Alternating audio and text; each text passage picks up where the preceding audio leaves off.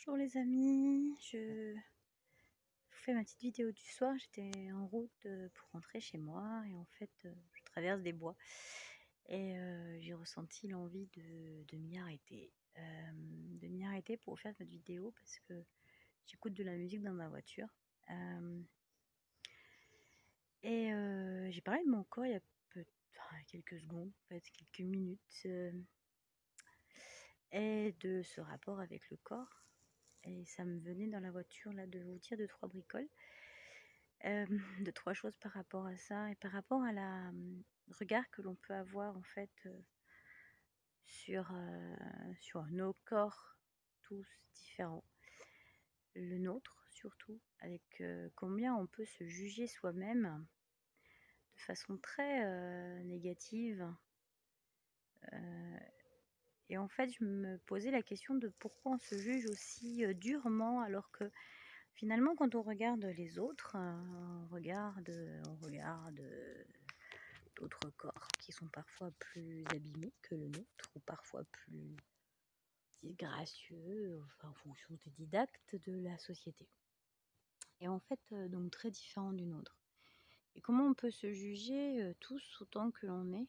Et d'ailleurs, ça m'évoque il y a quelque temps une personne qui avait parlé de ça, dont je connais, qui parlait de sa maigreur parce que, enfin voilà, elle se trouvait ridée et maigre.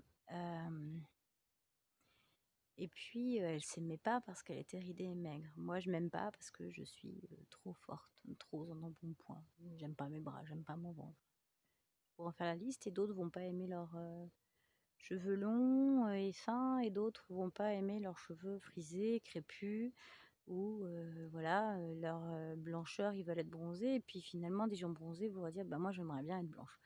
En fait, on n'est jamais satisfait réellement de ce qu'on voit dans le miroir, dans la glace de nous. Parce qu'on se compare en fait à ces didactes de la beauté de la société. Et je pensais, ça m'évoque les filtres qu'on peut utiliser quand on se prend en photo, par exemple. Les filtres Instagram, les filtres Snapchat, les filtres Messenger, enfin bref. Je crois qu'il n'y a pas de filtre Messenger, mais tous ces filtres que l'on rajoute pour se paraître plus jeune, plus lisse, plus belle, plus jolie. Alors, mais tout ça par rapport à quels critères? En tout cas, voilà, des critères qui sont de l'ordre de, je vais dire de j'ai envie de dire de l'imposition, mais c'est pas ça. Euh, on nous impose des critères. On, je sais même pas qui finalement, en tout cas pas nous, pas nous-mêmes. Toujours comparé à quelque chose, au regard de quelqu'un d'autre que le nôtre. Et ce quelqu'un d'autre, on ne sait même pas qui c'est finalement. C'est qui ce on qui donne ces critères? C'est qui dit que quand on fait une taille 36, on est joli? Qui dit que quand on est blonde et pulpeuse, on est aimable? Qui dit que si on a des cheveux blancs, on est vieux? Et François. Et qui, en fait, tout ça, c'est un rapport avec soi-même. Ouais, j'étais déstabilisée, je viens de croiser un cycliste. C'est bizarre en plein milieu de nulle part. Et comme quoi le regard de l'autre, en fait, je me suis sentie un peu honteuse de faire une vidéo, de vous parler toute seule. Elle a dû se poser la question. Mais bon, peu importe, ça illustre bien ce que je viens de dire. Comment je me sens quand l'autre m'observe? Comment je me sens quand l'autre regarde ce que je considère être comme un défaut ou être comme une folie ou une particularité? Est-ce que je me sens prise de honte, prise de bof, me trouver bizarre? Et en fait, ce que j'ai envie d'exprimer, c'est que ça m'arrive encore, ouais, d'être jugée. Encore pas plus tard que si je vous dis que, par exemple, quand je mets mes vidéos, je ne me regarde pas. Je ne me vois pas. Donc, je ne sais pas si je fais la grimace, si je suis moche, si le filtre est bien, si le cadre est bien fait. En fait, la vidéo est totalement naturelle et absolument pas retouchée. Parce que peu m'importe, en fait, de savoir qui me regarde, qui va me dire si je suis moche, si je suis belle, si c'est mal cadré, si mes cheveux sont mal coiffés, si... En fait, tout ça, ça m'importe peu. Parce que ce qui devrait être important, alors je dis pas que ça l'est pas. Je dis pas que je suis dans cette totale acceptation de moi, parce que là, à l'heure actuelle, je ne le suis pas entièrement. Et pourtant, là, ce que j'ai envie de poser aujourd'hui en même temps que ce que je fais ma vidéo, c'est que quand la fleur pousse, que ce soit une rose, un lys, une violette, une mauve, elles sont toutes très différentes. Elles sont toutes différentes, toutes avec une odeur différente, avec un aspect différent, un endroit différent, la rose sur tige, la mauve qui rampe sur le sol et qu'on voit à peine si on ne fait pas attention. Et toutes ces fleurs, elles nous donnent leur beauté, leur senteur, leur lumière, leurs fleurs, toutes de couleurs différentes, sans se soucier de savoir qui est la plus belle. En fait, la mauve, quand elle pousse, elle se moque de savoir si le coquelicot est à côté et qu'il est beau ou pas beau. Ce critère de beauté n'existe pas. Et chez nous, il existe. Chez nous, l'être humain, il existe. Chez les animaux, il n'existe pas non plus. Les animaux s'acceptent sans savoir si finalement ils sont beaux, pas beaux. Le G, il est bleu et le merle, il est gris. En fait, tout ça, c'est... Et ils s'en moquent. Ils vivent leur vie sans se soucier de savoir si le merle va ressembler au G ou au rossignol. Et nous, en tant qu'être humain, on est programmé, comme si on était programmé pour nous dire comment il fallait qu'on se comporte en société, qu'il fallait comment on soit habillé, coiffé, maquillé, comment il faut qu'on soit notre propre corps, avec des chaussures ou pas, ronds, mais pas trop.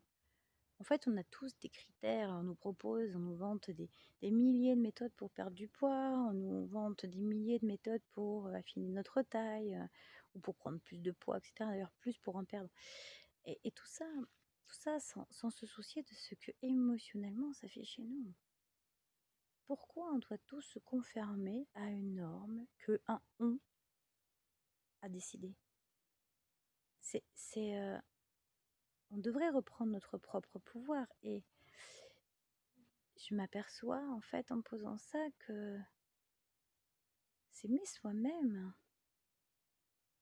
c'est être comme cette mauve, comme le coquelicot ou la rose, c'est juste être soi-même, sans se soucier du regard de l'autre, même si on est fait. Et je le sens encore en moi, et de temps en temps, ça m'arrive de me dire ouais non mais l'autre il va pas m'aimer si je suis pas conforme, l'autre il va pas m'aimer si j'ai du poids, l'autre il va pas m'aimer si mes seins tombent, il va pas m'aimer si j'ai un nez que je considère être gros par rapport à une critère de norme. Et tout ça, c'est toutes ces normes qu'on nous impose partout pour être caché, pour presque ne pas être soi-même. C'est aussi une dérive. Ça me fait penser au... J'ai pas envie de faire ça, j'ai pas envie que ça fasse polémique, hein, vous prenez ce qui résonne en vous. Mais là, je vois en fait quelles sont les dérives de ce on qui impose. Comme ces propagandes qui ont eu lieu il y a des dizaines, enfin des milliers d'années, par rapport au peuple africain qui était différent du nôtre parce que pas la même couleur de peau, pas le même nez, pas les mêmes cheveux, et on disait qu'il était étranger, donc c'était une sous-race. Comment on classe les gens en fonction de leur physique? Pourquoi est-ce que c'est une sous-race? Pourquoi est-ce que leur physique ne nous plaît pas? Alors qu'à l'intérieur, finalement, nous sommes les mêmes, nous sommes tous pareils, nous sommes tous frères, tous unis. Mais si on était aveugle, on ne verrait pas ces différences. On ne sentirait pas que l'autre est différent de nous. Et en fait, on s'en moquerait complètement. Il n'y a rien de plus beau que cette diversité de corps, cette diversité de formes, de couleurs, de toutes ces beautés magnifiques et magiques. Et là, j'ai envie de m'aimer pour moi tel que je suis. Voilà. Cet après-midi, j'ai vu différents corps, il fait chaud, les gens sont on a été dans un lac avec mes enfants, les gens sont donc en maillot de bain, des filles de toutes, enfin des hommes, des femmes en maillot de bain, tous différents, avec des formes de seins différentes, avec des cuisses différentes. Et c'est beau quand on regarde avec les yeux de l'amour, les yeux du cœur. Alors moi j'ai envie de regarder avec les yeux du cœur. Et j'ai envie de regarder les autres avec mes propres yeux du cœur, parce que ça, il n'y a aucun problème là-dessus, je peux leur donner mon amour. Et j'avais oublié de me donner à moi. Alors, aujourd'hui, j'ai envie de me regarder avec les yeux du cœur, parce que si je suis capable de le voir chez les autres, ben, peut-être que je peux être capable de m'apporter un peu de compassion, de douceur à moi-même. En tout cas, je suis sur ce chemin-là. Je vais essayer de me regarder sans le on m'a dit que. Je vous fais des bisous. Je vous embrasse. Bisous, bisous.